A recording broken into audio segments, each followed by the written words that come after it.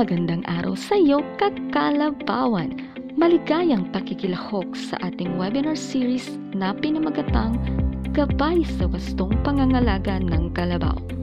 Sa ngalan ng bumubuo ng Department of Agriculture, Philippine Carabao Center, nais naming pasalamatan ang lahat ng nakikibahagi sa ating webinar o online seminar. Bahagi po ito ng proyektong Kara-aralan ng DAPCC.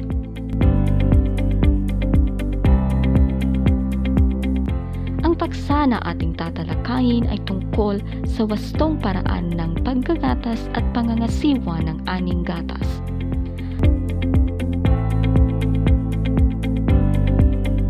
Ating pasalamatan ang pamunuan ng DAPCC sa pangunguna ni Dr. Arnel N. Galbario, Executive Director, at Dr. Caro B. Salces, Deputy Executive Director, at sa lahat ng bumubuo ng Knowledge Management Division upang maisagawa ang webinar na ito para sa patuloy pa rin na pagbabahagi ng kaalaman sa ating mga magkakalabaw at maggagatas.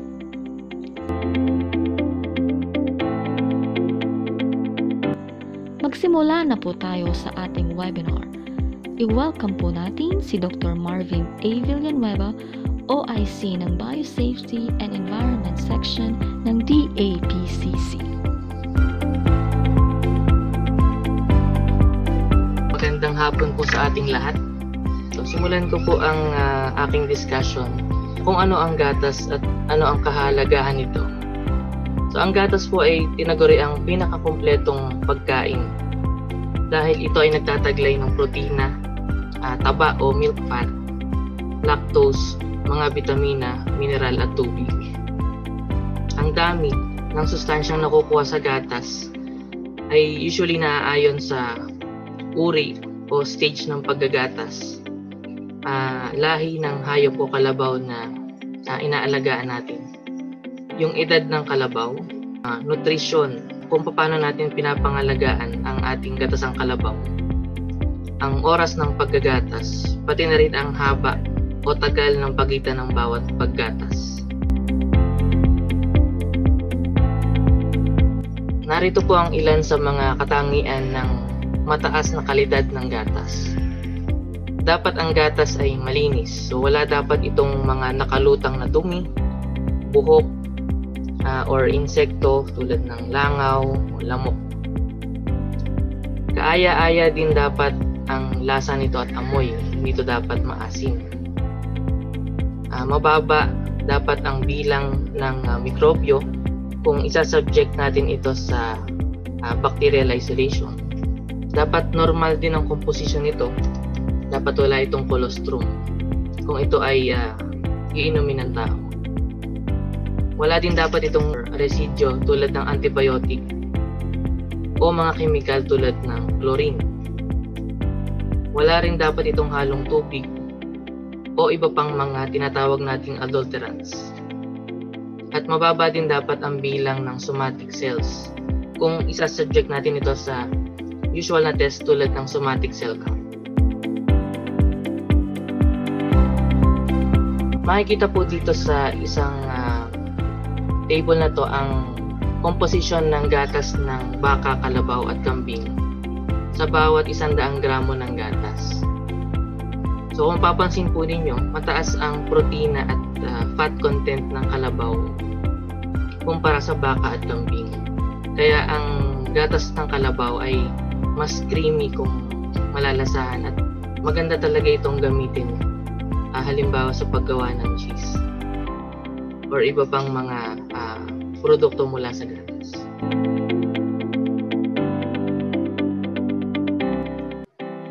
Narito ang mga pamamaraan sa pagpapataas ng kalidad ng gatas. Kailangan natin isaalang-alang ang kalinisan sa paggatas.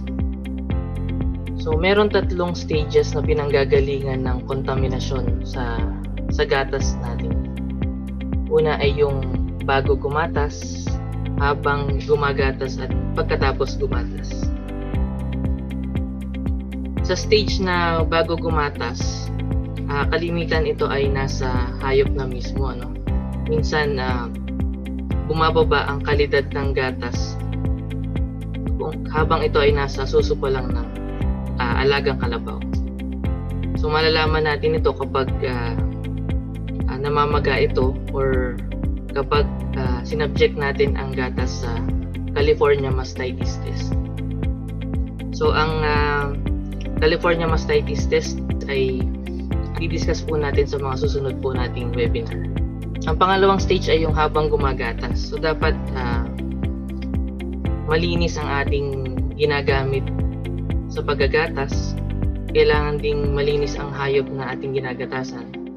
Gayon din ang lugar o yung kapaligiran kung saan tayo nagsasagawa ng paggatas. So kung mapapansin nyo po sa mga larawang ito, tulad nitong nasa unang larawan sa kaliwa, hindi po talaga natin masasabing malinis ito. Ang hayop naman na yung picture ng hayop na nasa kaliwa ay makikita nyo merong mga dumi-dumi, which is hindi namin recommended. So dapat lilinisin talaga silang mabuti bago gatasan. Ang larawan naman na nasa gawing kanan, kung mapapansin nyo, ito yung improvised na milking parlor sa isang backyard racer. So kung mapapansin nyo, yung part lang na may chute ang sementado, ngunit yung nakapaligid ay lupa na maaaring mapagkunan ng dumi na nasa paligid doon po sa gatas na ating kinukuha. Then ang pangatlo naman ay ang pagkatapos gumatas. So very critical yung pagde-deliver ng gatas mula doon sa ating bahay papunta doon sa collection plant. So mamaya po ay i-discuss natin kung ano yung mga rekomendadong paraan para maiwasan yung pagkasira ng gatas.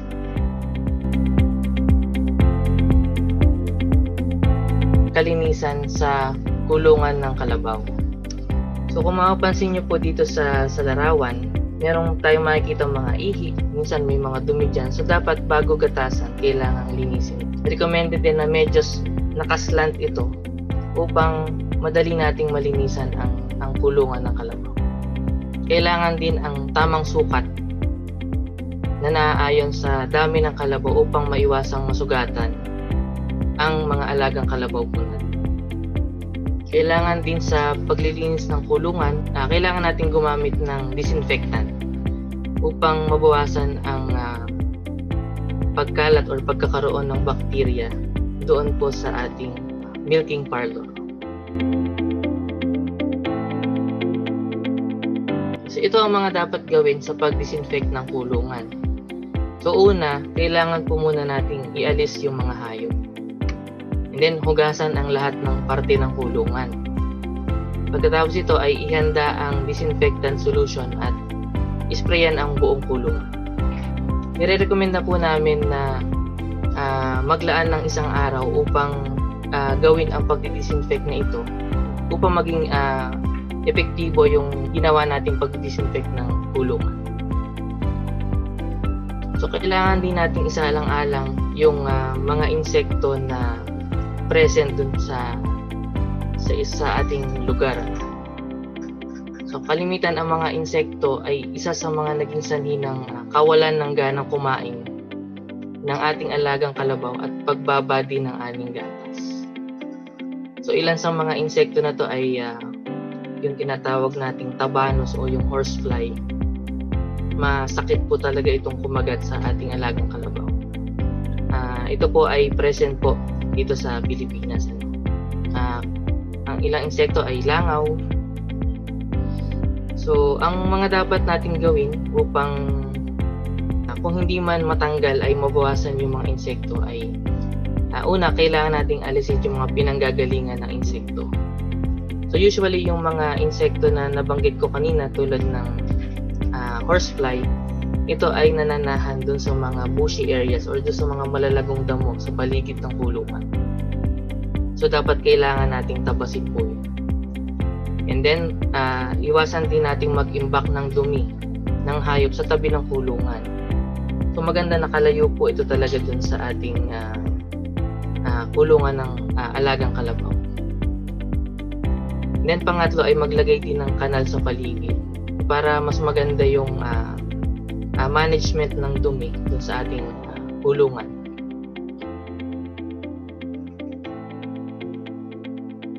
tandaan po natin na kailangan din nating isaalang-alang ang supply ng tubig na ginagamit sa gatasang kalabaw. So, ito yung tinatawag na water quality test. Kailangan nating ang regular na pagsusuri ng kalidad ng tubig na ginagamit natin. So kahit ang ginagamit natin ay tubig galing sa deep well, so kailangan din natin itong i-check. Kasi perishable or madaling masira yung gatas na pinoproduce natin. So dapat malinis din talaga yung tubig na ginagamit natin.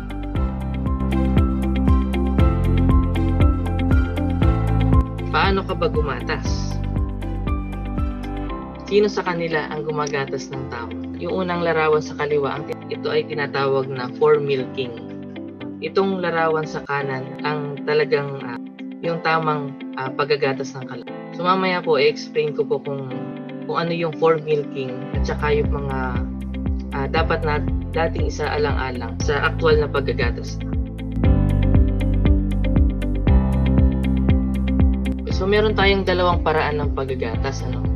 So ang una ay paggatas gamit ang kamay or hand milking. Ang gagawin natin ay una, gamit ang hinlalaki at hintuturo, iipitin natin yung pinakang base nung suso ng kalabaw. And then pangalawa, gamit yung natitirang mga daliri, kailangan nating pigain para lumabas yung gatas. And then ire-relax lang ulit yung hinlalaki at hintuturo at paulit-ulit po itong gagawin. Mukha lang po itong madali, pero sa mga baguhan na magagatas, medyo nakakangalay po talaga itong gawin. Okay, so ito po ang example ng hand milking. Kung papansin po ninyo, ang gamit nilang timba ay aluminum or stainless steel. Tapos meron din siyang parang katsa na salaan. Ito po yung recommended namin na gamit para maiwasan madumihan yung inaani nating gatas. So ito po yung tinatawag nating gloveless. Gamit po yung disposable na rubber glove. So maaari po nating pagpraktisan upang masanay po tayo kung paano yung tamang hand milking. So una, lagyan po natin ng tubig yung gloves at itali yung opening. Pangalawa, so meron na tayong iba-ibang sizes o laki ng so ano to, parang representation lang po ito ng actual na tip or suso ng kalabaw. So pigain ito ng bahagya para medyo lumaki yung tip or yung suso ng representative na suso ng kalabaw. Then pangatlo, yan, gamit nga yung hintuturo at hinlalaki. So higpitan po yung pagpiga dun sa itaas na bahagi ng gloves. Ikaapat, isunod yung iba pang daliri. So makikita po na lumalaki yung dulo ng gloves. So ibig sabihin, yung tubig or yung gatas is lumalabas. Then isa pang malakas na piga and lalabas na yung tubig or gatas mula dun sa susunod kalabaw. So ang pangalawa naman ay ang paggamit ng milking machine. Marami tayong alagang gatasang kalabaw. So ito po talaga yung recommended na gamitin para mas mabilis yung paggagatas ng alaga natin. Okay, so ito naman ang example ng milking machine. So ito ay tinatawag na rotary type milking machine. So ito naman ay milking machine sa isang farm sa Thailand. Ito naman po yung milking machine po natin dito sa PCC National Headquarters in Jinpu. Ang tawag po natin dito ay herringbone milking machine. So dalawang linya po. Tig-anim magkabila. Okay, so isa pang example ng milking parlor na gumagamit ng milking machine sa Mura Farm sa Thailand. So kung mapapansin nyo, ito naman medyo nakaslant. So ang style po nito ay iniipit muna yung mga kalabaw para ma-restrict yung movement. So ito po yung ilan sa mga halimbawa ng milking machine na nilalagay natin sa milking parlor.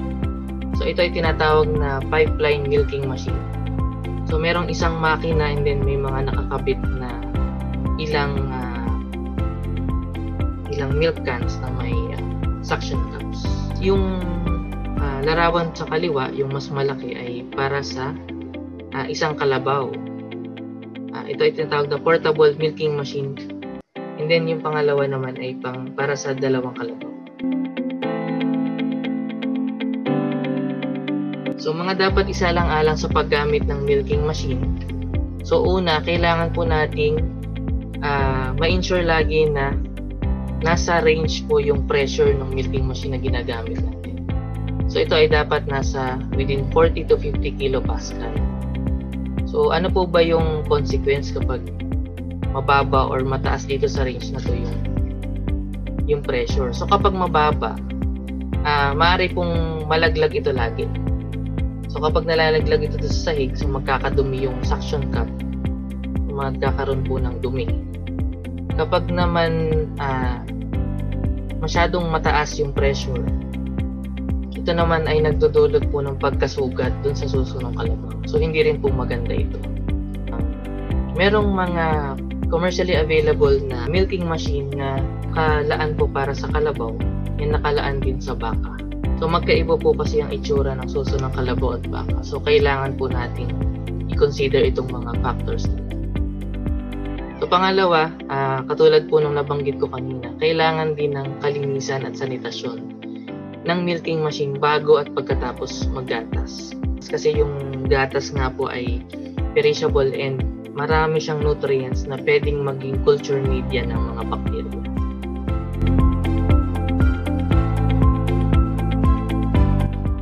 Okay, so sinasabi na ang paggatas ay teamwork ng gumagatas at ng ginagatasan.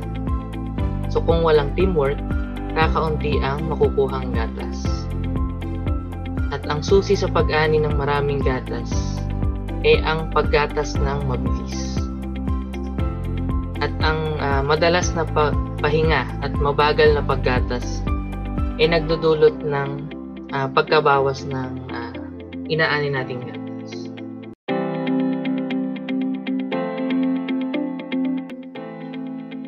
Okay, so ano yung mga paghahanda bago isagawa ang paggagatas?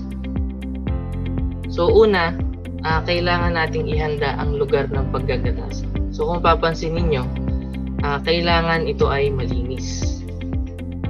Kailangan tanggalin ang mga dumi, yung mga ihi, upang mabawasan yung possible na bacteria na mag-contaminate sa gatas. Kung maaari din sana ito ay tuyo. Kailangan ng mag-alat ng oras upang maayos na malinis yung lugar na paggagatas. Tungkol naman sa paghahanda ng gatasang inahin, so kailangan nating tiyakin na walang sakit yung ating kalabaw. Kailangan ding paliguang mabuti yung ating alagang kalabaw. So tanggalin yung mga putik or dumi na nakabalot sa katawan ng kalabaw, especially dun sa may suso ng kalabaw.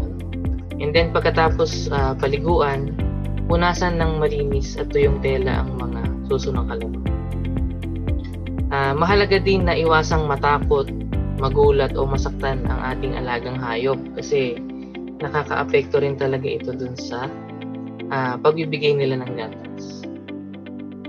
And then habang ginagatasan ng kalabaw, maganda na bigyan natin ng pakain o concentrate ang ating alagang kalabaw. So dapat ay dairy concentrate ang magandang gamitin.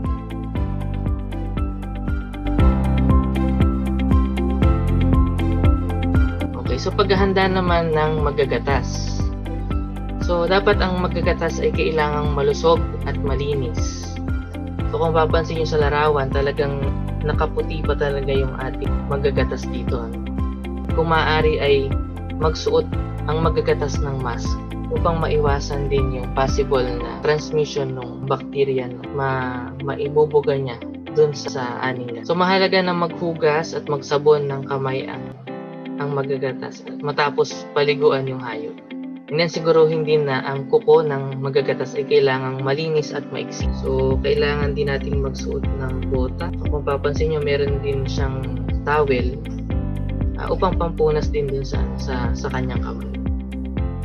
Maglagay din ng disinfectant na magagamit ng ating magagatas sa kanyang kamay bago ihawak sa mga suso ng kalabaw.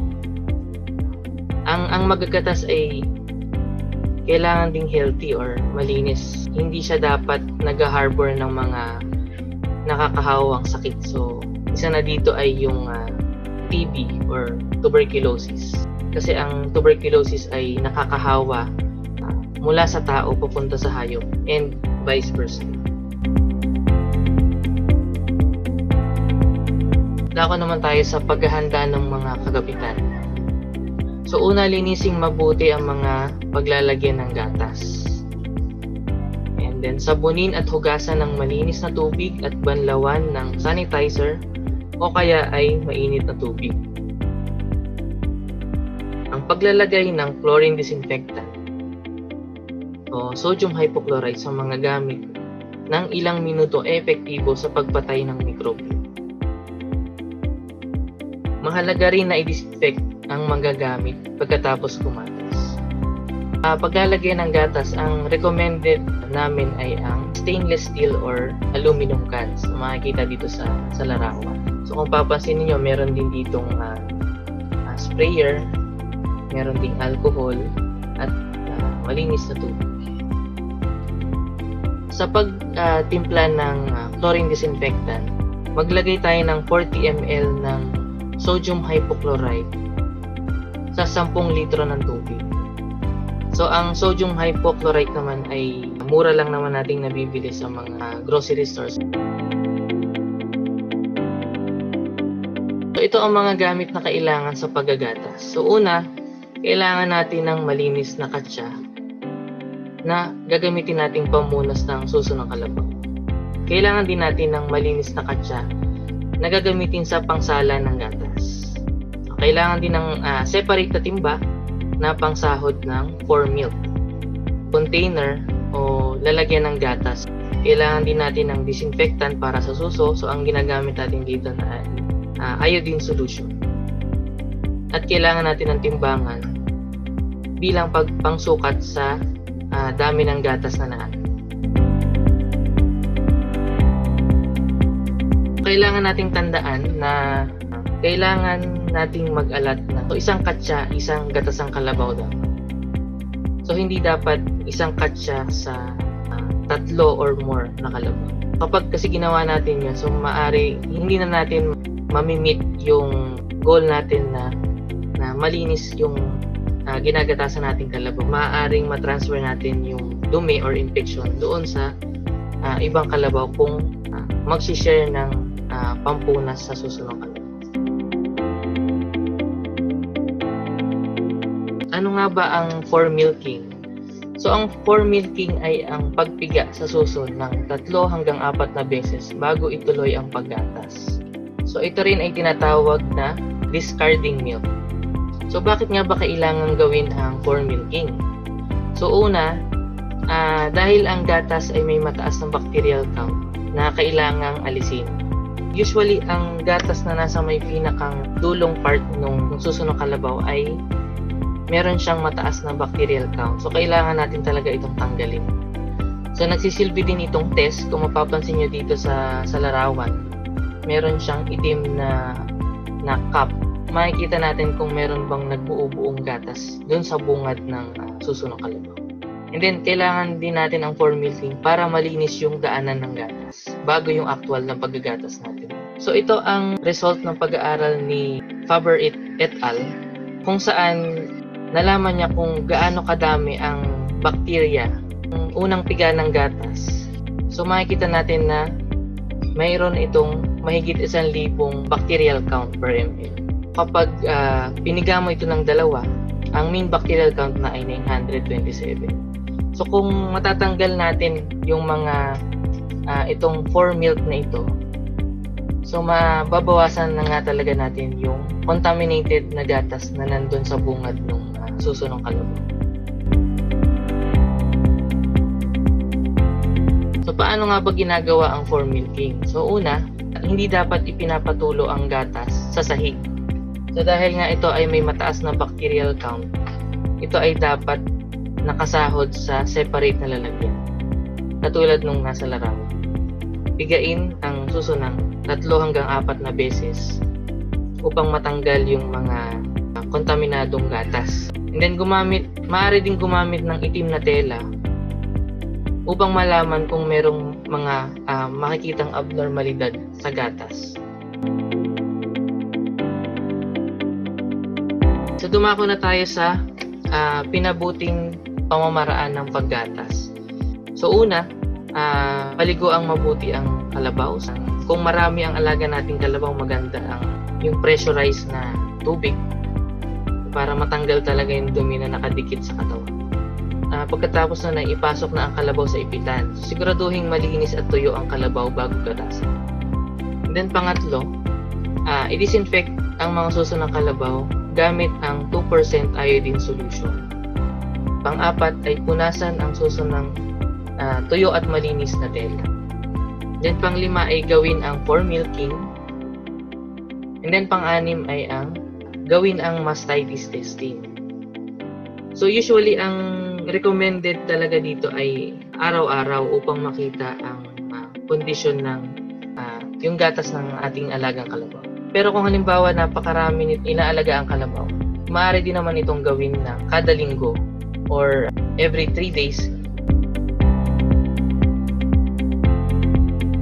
Okay, so tandaan, ang kalabaw na natukoy na may mastitis ay maaaring makahawas sa ibang gatasang kalabaw. Kung kaya, ang rekomendado namin ay huli itong gatasan. And then, kailangang ihiwalay ang lalagyan ng gatas na nanggaling sa hayop na may mastitis. Punasan itong muli. And then, yun na po yung simulan na yung paggagatas. Pagkatapos gatasan, i-disinfect ang mga suso ng 10% iodine solution. So kung papansin nyo, nung una, 2% iodine solution. And then pagkatapos gatasan ay 10% iodine solution ang gagamitin. Huli ay itala ang dami ng nakuha nating gatas. Kung ang gamit natin sa paggagatas ay milking machine, siguraduhin na matanggal ang lahat ng gatas sa suso ng kalabaw. Bakit? Ang natitirang gatas na hindi kayang tanggalin ng milking machine ay maaaring maging sanhi ng mastitis. Okay, so ito yung kailangan nating gawin sa paggawa ng 2% iodine disinfectant. Kumuha ng 200 ml ng 10% iodine solution at isama ito sa 800 ml ng malinis na tubig. At makakagawa na tayo ng 1 litro na 2% iodine disinfectant. Pag-perform naman ng California Mastitis Test, usually ang ginagamit namin ay yung commercially available na CMT reagent. Ngunit meron din naman tayong alternatibong paraan upang magawa ang California Mastitis Test. So magagawa ito sa pamamagitan ng paghahalo ng 100 ml ng dishwashing liquid. Ginagamit namin ay ang Joy Antibac yung mas maganda. And then ihahalo ito sa 900 ml na malinis sa tubig. At meron na tayong 1 litro na testing solution. Meron tayong dalawang method sa teeth disinfection. So una ay ang spraying at ang pangalawa ay ang teeth dipping method. So sa akin, ang recommended ko talaga ay teeth dipping dahil na i-cover nitong mabuti yung suso ng kalabaw. Pwede rin naman ang spraying kasi mas madali ito and then less prone kasi yan sa pagkatapon. Basta ma-ensure lang na makukoverang mabuti yung buong gilid ng mga suso. Kasama na yung dulong part, yung opening ng suso ng kalabaw. And then kailangan ko i-stress ko rin yung kahalagahan ng pagsasagawa agad ng post-dipping ng suso. So, kung makikita nyo dito, 3 larawan ito. Yung letter A ay pagkatapos gumatas. Yung B ay 1 hanggang 2 minuto pagkatapos gumatas. So, makikita ninyo may mga pumapasok na agad na bacteria dun sa opening ng suso ng kalabaw. Yung letter C, 15 hanggang 3 minuto pagkatapos gumata. napakahalaga na pagkatapos tanggalin ang gatas doon sa suso ng kalabaw, kailangan ito agad na i-dip sa 10% iodine solution para maiwasang makapasok yung bacteria at mag-cause ng mastitis. So dumako naman na tayo sa paglilinis at pagdidisinfect ng mga gamit sa paggagatas. Ugaliing hugasan at i-disinfect ang mga gamit pagkatapos gumatas. Ang magagamit na pamunas at salaan ay dapat labhan agad, i-disinfect at ibilad sa araw. So mabilis dumami ang bakterya dahil sa mga sumusunod na kondisyon. Una ay ang moisture, nutrients at temperature. Ang temperature ng gatas pagkatapos itong makuha ay nasa 32 to 35 degrees Celsius. Pag hindi ito napalamig agad, dadami na yung bakterya dito pagkaraan ng ilang oras. Pagdami nito ay magtutuloy-tuloy kung hindi natin ito mapalamig agad or maimbak ng mabuti. Kailangan mailagay ang gatas sa temperaturang 10 degrees Celsius or mas mababa pa sa loob ng 1 hanggang 2 oras. So narito ang ilan sa mga rekomendado naming lalagyan ng gatas. Actually nababanggit ko na rin to kanina. So una ay stainless steel pails, stainless steel milk cans, at aluminum alloy milk cans. Ang aluminum or stainless steel na container ay dapat lamang itong nakalaan sa ating gatas na inaan. So hindi po siya dapat gamitin sa ibang purposes. So ito naman ang ilan sa mga available cooling methods na pwede nating gamitin.